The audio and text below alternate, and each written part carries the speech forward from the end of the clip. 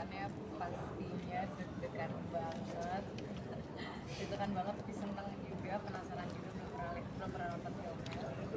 Jadi ya, I'm excited. Ya. Seru sih, satu kata.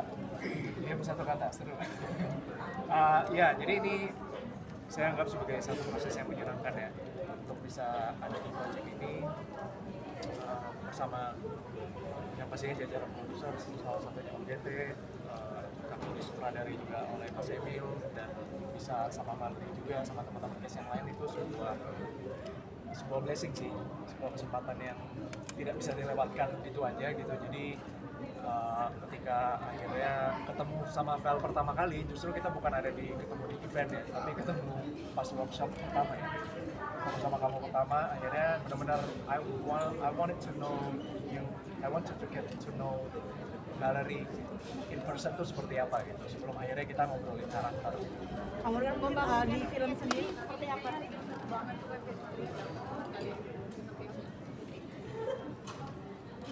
Kita lumayan main dari layer 1 sampai like tambah-tambah layer saja, like okay, kalau misalnya kita udah tahu kita the first layer of each other, we keep going and going and going sampai kita sampai di titik seperti proses kita getting to know each other aja, kayak ya, kalau misalnya kenalan dengan orang ya. Iya, kalau misalnya kita kayak take the context of filming away, cuman aku dan dia, ya kita terapinnya kayak gitu sih. Selalu ada inside jokes juga, kita ada inside jokes. Akhirnya kalau misalnya kita udah kenal sama orang dan merasa cukup dekat, pasti kan kita ada inside jokes satu sama lain gitu, dan itu terjadi, it happen with us gitu. Kita ada inside jokes. Mungkin karena kita nggak butuh that filming aspect untuk mau kenalan atau get to know each other gitu. Jadi it makes it more fun. Berat banget sih Gak seperti sekarang ya. Ya itu pertama kali saya akhirnya keterima castingnya untuk Rally Janji. Memang sudah ada mandatory, sudah ada mandat dari produser dan sutradara bahwa requirements-nya Romeo tuh seperti ini, dan ini. Salah satunya dari segi fisik ya, selain dari segi fisik dituntut Romeo itu harus seperti yang bisa kami lihat di sini gitu, dan dalam waktu yang cukup lumayan pendek saya berusaha untuk memenuhi ekspektasi dari produser dan juga sutradara, dan akhirnya Romeo lah ya, kalian bisa nanti nonton di bioskop, itulah. Saat ini nggak sih Kak pada? Iya, pasti ada ya, maksudnya, dan since we're shooting in Bali waktu itu, jadi setiap aku ada break, aku pasti jemur. Aku pasti jemuran di luar gitu. Setiap ada break, nggak harus di pantai ya, kayak cuman di hotel ataupun lagi di lokasi syuting. Kalau misalnya lagi ada matahari, saya lagi nggak syuting, ya udah saya jemur gitu untuk mempertahankan, karena kulit saya lumayan susah untuk tan dan lumayan susah untuk mempertahankannya juga. Jadi saya berusaha semaksimal mungkin. It was quite challenging ya, maksudnya untuk PR untuk mengenal Romeo secara dalam tuh ada. Tapi secara visual juga saya dituntut untuk memerankan Romeo seperti itu. Jadi masih ada PR-PR yang harus dikerjakan, seperti itu tanning, terus rambut saya diubah, terus saya harus nge-gym supaya kelihatan lebih ya, gitu ya. Jadi ya itu semua requirement yang harus dipenuhi untuk setiap aktor yang akan bermain sebagai Romeo. Bentar, yang mana dulu? Yang ini dulu. Sejujurnya Romeo ini sudah dibuat itu sebelum pandemi. Seperti tadi kalian sudah dengar dari Mbak Timon sama Kanto teman media, sebelum pandemi itu 2018-2019 itu saya sudah menghubungi mereka. Latar belakangnya kenapa saya ingin meng-create ini atau memproduksi ini, kita sama-sama tahu bahwa kita ini sekarang menghadapi begitu banyak isu dalam keluarga. Apalagi kalian infotainment kan, begitu banyak divorsi, begitu banyak konflik, begitu banyak dysfunctional family, begitu banyak abandon dalam satu keluarga. Dan saya sebagai pemain drama selalu tanya kepada orang-orang umum, kapan lo bikin film drama? Kenapa sih filmnya horor terus dan segala macam? Dan itu yang membuat spirit saya untuk membuat. Dan kebetulan saya, Ina, Valerie itu kita memang terlibat sama-sama, yuk bikin sesuatu yang menarik seperti itu. Nah dari dasar itu akhirnya kita menemukan suatu formula ini, dan akhirnya kita mulai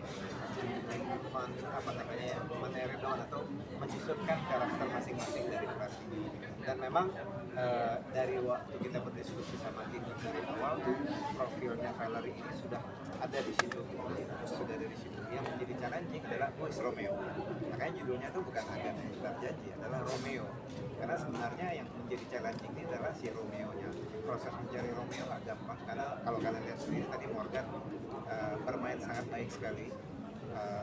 Dia harus mau, karakter Romeo ini adalah karakter seorang pria yang mempunyai kebebasan cara berpikir. Dia tidak dalam ekonomi yang kekurangan, dia mempunyai sesuatu tapi lifestyle-nya tidak berlebihan. Makanya dia punya mobil, punya motor, tinggal di sawah, di rumah jomblo, menikmati kesendirian dia bersama ibu. Personifikasi ini yang ingin saya tampilkan sebenarnya di film.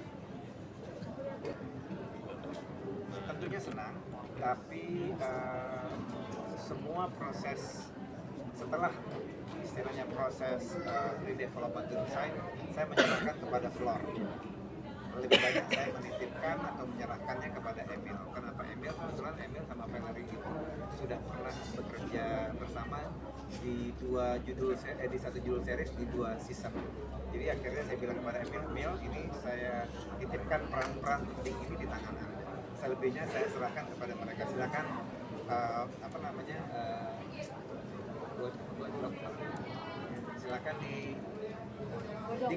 silakan digodok. Ya hasilnya ya seperti yang kalian nonton tadi. Ya pastinya ada ya, maksudnya saya selalu nggak cuma sama Valerie ya, kalau misalnya saya selalu memperlakukan partner main saya itu seperti itu, dan it's mutual understanding, dan do's and don'ts udah pasti ada. Dan kebetulan sekarang industri film kita juga sudah cukup berkembang banget.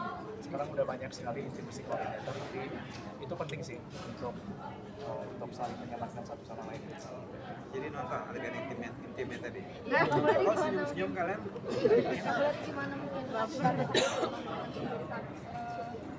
Aku sama Morgan dari awal emang udah cukup terbuka ya, pas dari awal kita kenalan. Jadi aku nggak terlalu kasih nggak kasih fortress lah dari awal. Kalau lu nggak boleh begini, malahan aku let the relationship flourish by itself dari awal gitu. Just take it easy aja, just let it speak for itself. How he treats me, how I treat him. Nanti kan juga the film will speak for itself. So To be honest, kita juga nggak banyak, maksudnya kalau kita ketemu juga kita nggak ngomongin Romeo adegan Agatha gitu, dan kita juga adegan nggak pernah ngomongin adegan kayak intim itu yuk reading yuk gitu, enggak. enggak. Kita lebih ke oke, gue pengen kenalan aja malam Ya, itu Emil. Susah nggak sih Om? Ya Karena teknis ya. technical, terus juga ya namanya juga intimasi, adegan intimasi kan pasti ada kecanggungan di awal biar mereka cair dulu, itu baru ya kita berapa take lah, tapi selalu banyak juga kan awalnya karena memang udah dekat kan udah tahu batasan-batasan.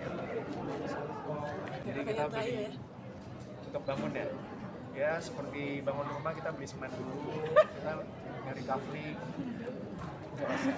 ya. Boleh tahu nggak ngedate-nya ngapain? Itu ngapain aja, apapun yang kalau misalnya ada momen di mana aku dan Morgan bisa berdua, bisa ngobrol, bisa get to know each other, kita akan pakai itu untuk let's just go on a date. And since kita syutingnya di Bali juga kan, jadi kayak banyak spot-spot lucu, terus Iya, di lokasi pun kan kita syutingnya di tempat-tempat yang scenic kan, namanya let's go for a walk gitu. We go for a walk, kita ngobrol, nanti dipanggil lagi ke set, just little moments like that. ya lebih banyak aku yang ini dia sih bercandain dia. Oke, terima kasih. Terima kasih teman-teman. Halo semuanya, kami dari film Romeo Ingkar Janji, jangan lupa nonton. Romeo Ingkar Janji Tayang 25 Juli 2024. di bioskop. Thank you so much. Pertanyaannya apa? Semakin produktif. Fashion nih Om. Pertanyaannya apa? Rahasianya gitu. Ya. Kalau menjawab pertanyaan itu, kebetulan memang saya hanya makan kenyang sehari 2 kali. Kalau pagi saya makan, maaf, saya hanya makan, tidak sampai kenyang sehari 2 kali. Kalau saya makan pagi dan makan siang, malam saya tidak makan. Kalau saya tidak makan pagi, malam, siang dan malam. Dan rata-rata saya mengkonsumsi itu banyak protein dan karbo yang baik. Karbo yang baik itu adalah karbo yang bisa digest oleh tubuh. Tapi yang paling penting adalah olahraga. Olahraga sendiri apa sih An? Berapa Saya masih lari 10 kilo seminggu 2 kali. Saya masih angkat beban, gym. 28 tahun. Ya gini, namanya juga rumah tangga. Ya kan rumah tangga itu ada konsep tangga 1, tangga 2, tangga 3, tangga 4, tangga 5, tangga 6 dan seterusnya. Kehidupan rumah tangga itu adalah kehidupan yang kita wajib menjalani setiap proses dalam anak tangganya. Baik, buruk, asin, manis, itu mesti kita lalui dengan baik dan kita cernakan bahwa objektif rumah tangga itu adalah apa.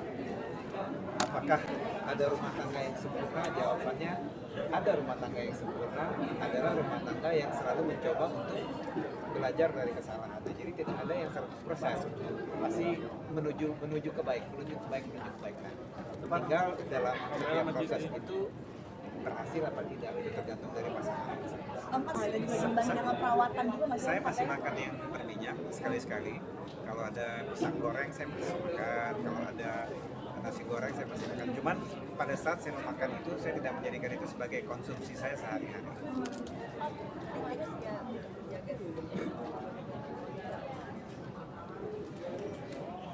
Sebagai pria, kamu harus punya yang namanya satu kata, yaitu